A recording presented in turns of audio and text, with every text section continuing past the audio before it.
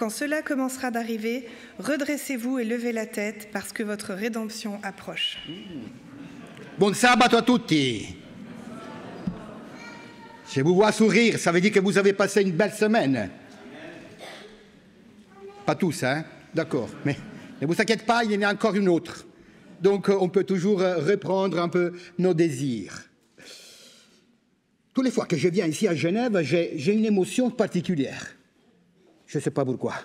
Je veux la découvrir, mais être ici, et même quand on fait la route, il y a quelque chose dans l'estomac qui brûle un peu. Mais je suis content d'être avec vous et de partager un petit message. Est-ce que ça vous est arrivé jamais d'avoir vécu un voyage qui s'annonçait magnifique, mais qui s'est transformé en cauchemar? Ça arrivait? Désastre total. L'hôtel ne fonctionnait pas. La voiture s'est cassée. L'argent est terminé. Les cartes de crédit ne fonctionnaient plus. Ça m'est arrivé à moi. Hein? Heureusement que j'ai ma femme qui trouve toujours des solutions. C'était vraiment le désastre. Et alors, la première réaction, quelle est votre première réaction? Voilà. Bah, c'est le message. Hein. J'ai envie de rentrer à la maison. Et le plus vite possible. Et des fois, quand tu dois rester parce que tu es là pour travailler, bien sûr, le temps passe et tu te dis « J'ai envie vraiment que les derniers jours arrivent. » Et finalement, arrive. Je voyageais beaucoup pendant mon ministère avec ma femme pour travailler. Et je me rappelle que lors d'un de nos nombreux voyages de travail, nous avons vécu une expérience particulière. Nous étions toujours en voyage pour donner des formations pour la jeunesse, pour les enfants. Donc, c'était vraiment avec joie qu'on voyageait, mais des fois, c'était pas vraiment... C'était un peu pénible. Et je me rappelle que nous sommes arrivés à l'aéroport d'une ville, d'un pays que je ne vous dis pas, pour beaucoup de raisons. Et quand on est arrivé, la personne qui nous a reçus nous a dit « Est-ce que vous voulez aller à l'hôtel ou à l'école ?» On s'est regardé, moi et ma femme, on a dit « Pourquoi à l'hôtel? On va à l'école. » Donc on reste entre frères. Et en plus, l'hôtel était à quelques kilomètres de distance du lieu de la réunion, donc des rencontres pour la formation. Non, on vient à l'école. Et je me rappelle que quand nous sommes arrivés, ils nous ont offert une maison intéressante. Il y avait 2 chambres, il y avait une toilette, une cuisine que nous ne pouvions pas utiliser par manque de tout. Après, on est entré dans la chambre à coucher. Il y avait une moustiquaire sous le lit. Les draps étaient beiges. Oh, quelle jolie couleur. Mais on s'est aperçu, moi et ma femme, que ce n'était pas la couleur originale. Elle était blanche, une fois. Et elle a eu l'idée, bon, on va les laver. Je dis, mais comment tu vas les laver devant tout le monde? Mais c'est pas vraiment... Écoute, elle m'a dit, mais elle avait raison, moi aussi j'aurais fait la même chose. Hein. On a essayé de laver, on est entré dans la toilette. Il n'y avait pas d'eau courante. Il y avait un bassin, c'était intéressant, et l'eau était verte. Et il fallait se laver avec cette eau. Risquer d'arriver comme, de se découvrir comme Hulk. Et donc, on a pris courage et on a dit, OK, on a essayé de voir si c'était sale ou pas. C'était pas sale, c'était vraiment la couleur. Parce qu'on l'a mis dehors, c'est séché rapidement et finalement, la couleur beige est restée. Donc, on l'a mis sous le lit, on a passé un peu l'après-midi. Après, on est arrivé dans la chambre pour la laisser coucher. Je me suis assis et paf! Oh, une odeur incroyable! J'ai dit... Mais on doit dormir ici. Il n'y avait pas d'autre chambre, donc oui, on doit dormir ici. Alors, on dit, écoute, maintenant c'est une stratégie. Alors, on s'assit, on se plie un peu, poutre la tête sur le coussin et on ne bouge plus. Gare à toi si tu bouges. Et on est resté comme ça pendant une semaine. Le matin, quand on s'est réveillé, okay, oh, ça va. Mais essayez de dormir sur un lit sans bouger, comme ça. Bien, c'est vrai, on a pensé à l'hôtel, on a dit, qui sait qu'est-ce qu'on a perdu? Mais on était fiers d'être là parce qu'on avait des réunions avec beaucoup d'animateurs de la jeunesse, animateurs des enfants qui étaient là, souriants, et qui apprenaient vraiment d'une manière extraordinaire. Toutes les fois que nous étions là, l'année suivante, il n'avait pas simplement appliqué ce qu'on avait dit, mais avait multiplié aussi les ressources. Grande, magnifique. Alors, mais quand même, avec des situations comme ça, on avait l'intention de retourner à la maison, de revenir, rentrer à la maison. Et les derniers jours, quand on partait, on s'est salué, on s'embrassait, et on disait, ah, ce soir, je dors bien. Ce soir, je dors bien. Ce désir de retourner à la maison, ce n'est pas original. Pratiquement, c'est transversal dans toute la Bible. C'est déjà à partir de Adam et Ève, j'espère qu'il part. Voilà. C'est le moment que Dieu a dû dire à Adam et Ève, sors. Ça, c'est un dessin assez intéressant. Je ne me rappelle pas l'auteur, mais ça donne bien l'idée. Sortir. Et j'imagine combien de fois Adam et Ève se sont, tournés vers ces portails qui étaient fermés, qu'ils disaient, que bêtes que nous étions. Qu'est-ce que nous avons fait? L'envie vraiment de retourner encore. Et ils ont vécu des années et des années et des années. Ce n'est pas tout simplement une semaine. C'était vraiment très long. Et franchement, ces désirs est resté encore là parce qu'ils ne sont pas encore retournés à la maison. Ils vont le faire. Et le peuple d'Israël, donc si on connaît la Bible, mais bien sûr on la connaît, le peuple d'Israël, dans toute leur histoire, finalement, a toujours eu cette envie de retourner à la maison. Il était dans l'Exode et après, bien sûr, dans le pays où ils vivaient, ce n'était pas vraiment agréable pour eux parce qu'ils étaient toujours en guerre et en plus, la captivité babylonienne. Donc, toujours l'idée de retourner à la maison. Et même quand ils sont retournés de la captivité babylonienne, ils ont vécu vraiment l'idée fondamentale, spirituelle, de retourner à la vraie maison. Il y a un psaume que j'aime beaucoup, c'est le psaume 126. Quand l'Éternel ramena les captifs de Sion, nous étions comme en rêve. Alors notre bouche était pleine de cris de joie et notre langue de chants d'allégresse. Alors on disait parmi les nations, l'Éternel a fait pour eux de grandes choses. L'Éternel a fait pour nous de grandes choses. Nous sommes dans la joie. Éternel, ramène nos captifs comme des ruisseaux dans le midi. Ceux qui sèment avec des larmes moissonneront avec chants d'allégresse. Ceux qui marchent en pleurant comme ils portent la semence revient avec allégresse quand ils portent ses gerbes.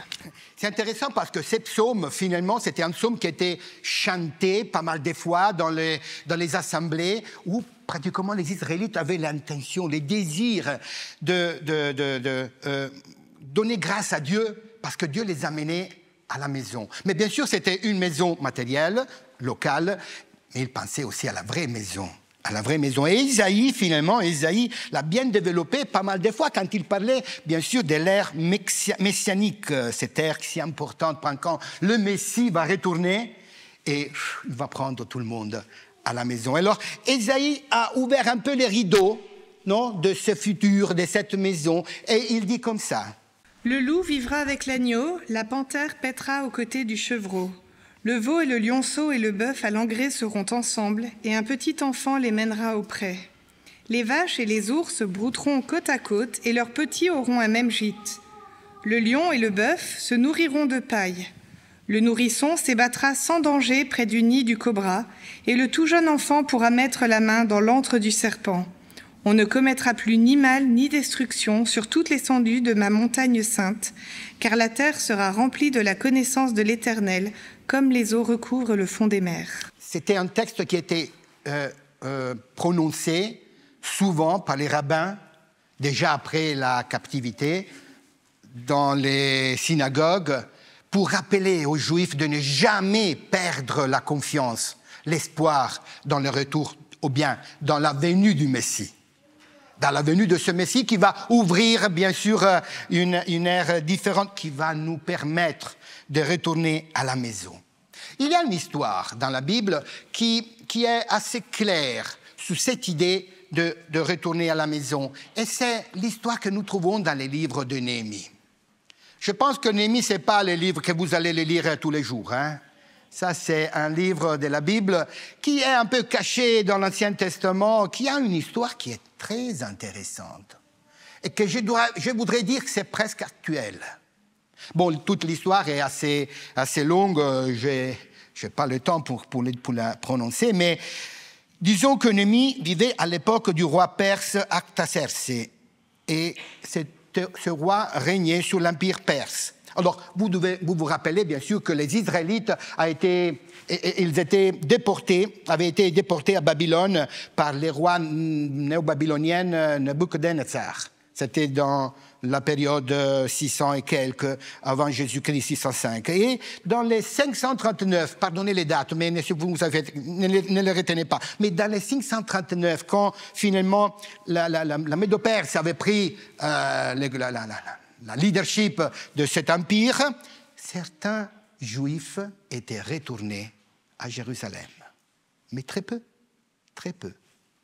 Et là prend forme l'histoire de Néhémie. Parce que Néhémie était un échanson du roi Artaxerxès. C'était lui qui goûtait les vins, la nourriture pour permettre au roi de rester en vie. Bon, c'était intéressant ce travail. Moi, je ne le ferai jamais. Mais quand même, un jour, Néhémie, il était triste. La Bible dit qu'il était triste. Et le roi le voit. Et j'étais un peu, un peu intéressé parce qu'un roi qui s'intéresse à la tristesse dans quelqu'un qui est finalement son serviteur, mais quel roi c'était celui-là? Et enfin, la Bible dit que ce roi l'appelle et lui dit « Pourquoi tu es triste? Qu'est-ce qui t'arrive ?» Et il a dit Néhémie clairement « Moi j'ai reçu des messages de mes frères qui sont à Jérusalem et la ville est détruite. Les murailles qui sont autour sont détruites, je ne peux pas vivre comme ça. Je pense à ma maison, est-ce que tu me permets de retourner ?» Et surprise, le roi donne cette permission. Et Néhémie, il pratiquement reçoit aussi une lettre spéciale qui garantissait sa sécurité et bien sûr l'emprisonnement dont il avait besoin. Et il arrive à Jérusalem. Et le texte est intéressant parce que pendant la nuit, il marche avec son âne pour voir tout autour les murs. Et il fait une description assez intéressante et il dit « Ma maison, la maison de l'Éternel, détruite. On ne peut pas. » Et il a commencé à reconstruire une stratégie qui, je dois dire, est louable parce que finalement, en très peu de semaines, quelques mois, il a réussi. Il a réussi et donc la ville a été reconstruite et aussi le temple. Il était en train de reconstruire aussi les temples, les murs étaient reconstruits et la maison où ils habitaient une fois reprendre forme. Et là, nous sommes déjà à la fin des 70 ans de la captivité de Babylone. Et finalement, le peuple revient à la maison. Mais la chose qui est intéressante, c'est pour cela que je dis c'est actuel, c'est qu'il n'a pas tout simplement reconstruit la ville dans une façon matérielle. Néhémie a également joué un rôle dans la réforme spirituelle de son peuple. Il travailla pour restaurer la foi, la pitié parmi les Israélites. Et vous pouvez lire le texte de Néhémie où finalement ils ont fait une fête parce qu'ils ont lu à nouveau la loi de Dieu, le Pentateuque, donc les 5 premiers livres de la Bible, et ils ont fait une fête. Et il a dit clairement, ne pleurez pas, aujourd'hui c'est un jour de fête devant l'Éternel. Votre force est l'allégresse de l'Éternel, parce que vous êtes retournés à la maison. Donc, soyez heureux. Mais la chose qui m'intrigue est que Néhémie, dans les chapitres 10, 11 et 12, il a mis des noms. Et j'oserais presque dire, Néhémie a joué le rôle de ce pasteur qui finalement se rend compte que son église est en train de diminuer. Vous savez, il y a 2 semaines, j'ai lu un article ici de la Suisse romande, mais aussi de toute la Suisse, comme quoi les églises chrétiennes sont en train de diminuer. Vous l'avez lu, hein? Tout le monde l'a lu, hein? Tout le monde le sait. Bon, qui ne l'a pas lu, bon, Google, c'est facile aujourd'hui. Des milliers et des milliers qui sont en train de sortir. Et on se demande pourquoi. D'accord, mais on ne peut pas rester tout simplement se demander pourquoi. Parce que Néhémie il n'est pas resté tout simplement à se dire mais pourquoi il y a du monde qui est resté en Babylone. Vous savez qu'il y avait du monde qui est resté, même après la captivité, ils sont restés là. Et quelqu'un a dit peut-être les mages qui ont voyagé pour rencontrer Jésus, ils avaient été informés par les Juifs qui étaient restés là-bas. Et comme ça, ils ont connu qu'il y avait un roi qui devait naître à Israël. Mais ça, c'est tout simplement une pensée. Mais j'oserais presque dire, j'aime cette histoire parce que Néhémie, il ne se contente pas de reconstruire la ville, mais il appelle ses membres à retourner. Et j'imagine quand il lit les noms, dans les chapitres 10, 11, 12, et il commence à dire, il est revenu. Il est revenu. Il est revenu. Toutes les personnes sont là. Cela aussi fait partie de notre témoignage. On parle de témoignage, la semaine de prière, elle parle de témoignage. L'invitation de Dieu, c'est bien sûr d'annoncer l'évangile, mais aussi d'aller frapper la porte de qui un jour l'avait déjà reçu et que peut-être a fait un autre choix, mais qui l'attend. Qui l'attend. Il y a des statistiques qui disent qu'il y a un pourcentage énorme de ceux qui ont quitté l'Église une fois, qui ont envie de retourner, mais ils ont honte. S'il vous plaît, aidons ce membre à retourner. Ça, c'est notre mission. Ça fait partie de notre mission. On l'a chanté, Claire l'a dit clairement, Claire-Lise l'a dit clairement. On doit bien sûr l'appliquer comme le Seigneur nous demande. Je crois que nous sommes tous en train de vivre un moment terrible pendant ces jours. Je crois que tout le monde sait qu'est-ce qui est en train d'arriver. C'est terrible. La communication aujourd'hui intensifie un peu la chronique et surtout quand on parle de guerre. Je crois que les situations qu'on vit aujourd'hui, on les a déjà vécues dans les siècles passés, parce que si on connaît l'histoire, il y avait vraiment guerre, famine, tremblement de terre, inondation, feu. Bon, il y avait de la peur partout. L'histoire est faite comme ça, malheureusement. Mais aujourd'hui, avec les communications, nous pouvons, jour après jour, même dans la journée, heure après heure, savoir qu'est-ce qu'il arrive. Je voulais mettre une image un peu plus cruelle, directe, sur ce qui est en train d'arriver, mais ça me semble être une image symbolique. Les enfants souffrent beaucoup. Nous avons découvert l'attaque de Hamas en Israël par Facebook. Parce qu'on était avec notre téléphone à la main et finalement on voyait qu'un de nos amis avait écrit « Je n'arrive pas à comprendre pourquoi on m'écrivait de partir tout de suite de la Jordanie et de ne pas entrer en Israël. » Tac, tac, et c'était écrit. Et c'était un ami à nous qui avait organisé pendant ce jour-là, donc nous sommes autour du 7 octobre, un groupe d'études avec 160 membres qui venaient des États-Unis. Et quand le conflit a finalement explosé, ils étaient sur le mont Nebo. Et sur le mont Nebo, vous savez qu'il y avait, une fois, Moïse. Et Moïse, il est arrivé sur le mont Nebo, après 40 ans de désert, qu'il a dit « enfin à la maison ». Bon, il n'est pas entré, mais il est dans une autre maison. Là, on le sait bien. On préfère être avec lui, bien sûr.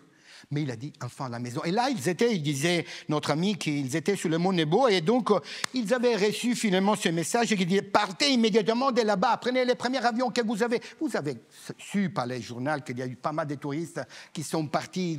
Là, il fallait organiser un voyage de retour de 160 membres. Et alors, il disait encore, on a bien sûr essayé de trouver ces billets d'avion. Ils n'avaient que 2 heures de temps pour trouver des avions et des billets. Et ils se aidaient, ils se confortaient entre eux. Ils disaient encore, as-tu trouvé? Moi, oui, ne t'inquiète pas. Toi aussi, tu trouveras une place, pas de problème. Donc, tous avaient l'envie de retourner à la maison. Et lui a écrit une chose qui m'a inspiré pour ce sermon. C'est à cause de cette chose qu'il a écrit. Il a dit, j'avais envie de rentrer à la maison, mais la vraie maison. Basta. Basta. Qu'est-ce que nous avons vécu pendant cette année 2023? Basta. Inondation, tremblement de terre, guerre, le feu. C'est incroyable. Moi, j'ai aussi la chiffre de tous ceux qui malheureusement ont perdu leur vie. Énorme. Énorme. Je pense à tous ceux qui sont en train de vivre une inondation, par exemple. Nous avons de la famille qui a vécu malheureusement l'inondation en Italie. D'accord? Et on s'est contacté, on disait, mais c'est un désastre ici. Mais aussi, pensons à ceux qui ont vécu un tremblement de terre, une guerre directement, et qui connaissent, bien sûr, les messages bibliques. Et probablement, ils ont pensé, on y est. On y est. Le Seigneur est en train de retourner. Viens, Claire. Parce que Jésus l'avait dit clairement. Merci. Vous entendrez parler de guerre et de menaces de guerre. Attention, ne vous laissez pas troubler par ces nouvelles, car cela doit arriver, mais ce ne sera pas encore la fin. En effet, on verra se dresser une nation contre une nation, un royaume contre un autre. Il y aura des famines et des tremblements de terre en divers lieux, mais ce ne seront que les premières douleurs de l'enfantement. Merci. Les premières douleurs de l'enfantement. D'un côté, semble être vraiment, comment dire, alarmiste. On dit comme ça? On dit comme ça? Jésus n'aime pas faire des sensations pour faire peur. Non. Quand il a dit les premières douleurs de l'enfantement, ça veut dire que c'est un temps court. On y est presque, disait Jésus. J'appartiens d'une génération qui focalisait souvent les prédications sur les signes des temps. Aujourd'hui, on en parle un peu moins, hein, d'accord? Peut-être dans cette église plus que dans d'autres, je ne sais pas. Mais j'appartiens à cette génération et je dois vous dire, j'étais enfant. J'avais 10, 12, 13 ans et j'avais peur. Parce qu'on parlait toujours de persécution, d'aller se cacher derrière les grottes ou dans quelques... Vous avez ici les bunkers. Quand je suis arrivé la première fois, j'ai dit, ouf, je voudrais être suisse. Comme ça, je me cache dans les bunkers. Et il y en a encore des bunkers. Nous en avons un dans notre bâtiment. Et on a découvert l'autre jour qu'ils l'ont rempli déjà de matériel pour la survie. Oups, j'ai dit, quel message. Il faut dire que tous les croyants qui sont trouvés face à ces catastrophes naturelles, comme j'ai dit tout à l'heure, ils ont passé à ces signes des temps. Mais, et c'est ça la bonne nouvelle. Parce que d'un côté, si on lit ça, bien sûr, quelle bonne nouvelle nous pouvons partager avec nos amis. Qu'il y a une destruction, ça, c'est pas une bonne nouvelle. Qu'il y a un tremblement de terre, ça, ce n'est pas une bonne nouvelle. Qu'il y aura des guerres, mais ce n'est pas une bonne nouvelle. Mais, et c'est ça qui est important. Ça, c'est la bonne nouvelle. C'est que Jésus, bien sûr, savait que tout ça devait arriver, mais il a dit clairement, ne vous laissez pas troubler par ces nouvelles, car cela doit arriver, mais ce ne sera pas encore la fin. Veillez donc, puisque vous ne savez pas quel jour votre Seigneur viendra.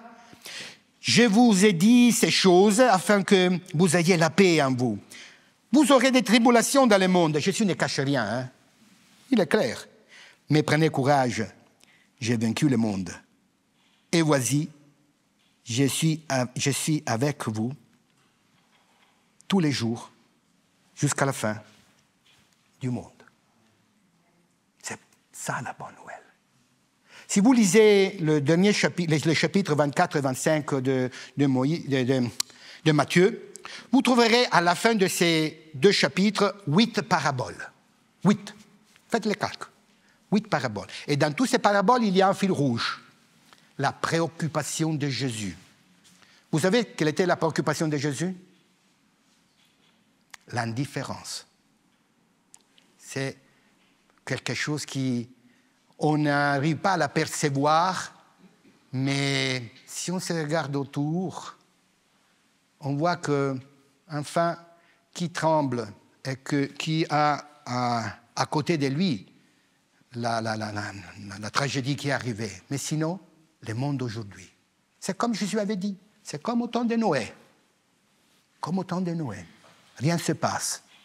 Et pourtant, Jésus a dit, veillez, veillez, sois attentif. Et je crois que ça devrait, conditionnel, pasteur Léo, devrait être notre témoignage principal. Donner cet espoir que le monde ne va pas terminer comme ça. Donner cet espoir que c'est un Jésus qui va retourner. Donner cet espoir que la maison que Jésus est en train de préparer, Jésus l'a dit, je vais vous préparer une place. Et quand je l'aurai préparée, je retournerai. Il y a une condition qui, malheureusement, on n'arrive pas bien à la comprendre. Parce que Jésus l'a dit en Matthieu 24, 14. Et quand cet évangile du royaume sera prêché, alors, il semble qu'il nous a mis quand même une pression. Comme s'il disait, réveillez-vous, parce que moi, je suis prêt. Et vous, vous êtes prêts? Et nous sommes prêts. Et quand ces choses commencent à arriver, regardez en haut, élevez vos têtes, parce que votre rédemption approche. Bon retour à la maison. Amen.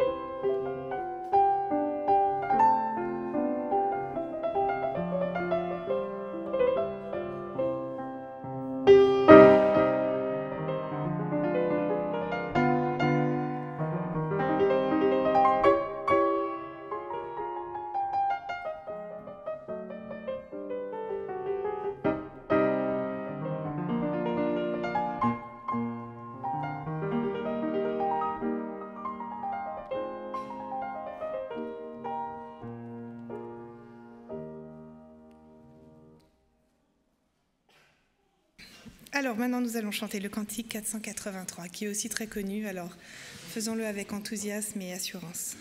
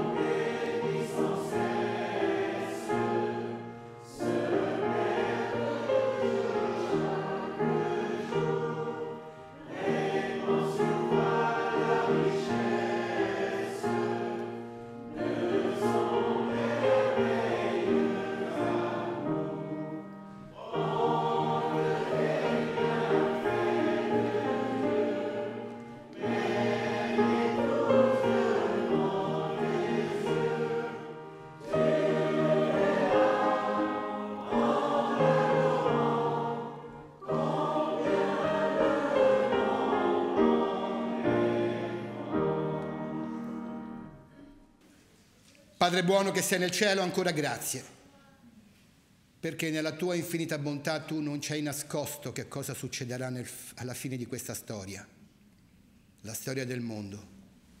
Ci hai fatto la grazia di comprendere cosa succederà dopo.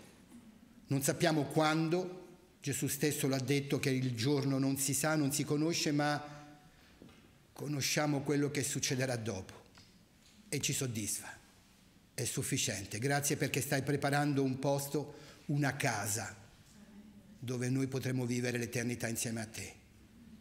Questo mondo ci piace, è bello, ha tante cose meravigliose, ma purtroppo chi lo governa non è capace, non è in grado. E noi desideriamo te, Signore. E adesso ti chiediamo di benedirci, come Davide ha detto nel suo Salmo, che l'Éternel t'exauce au jour de la détresse, que le nom de Dieu de Jacob te protège, que du sanctuaire il t'envoie du secours, que des Sion il te soutienne, qu'il se souvienne de toutes tes offrandes et qu'il agrée tes holocaustes, qu'il te donne ce que ton cœur désire et qu'il accomplisse tous tes desseins. Nous nous réjouissons de ton salut. Grazie Signore. Amen.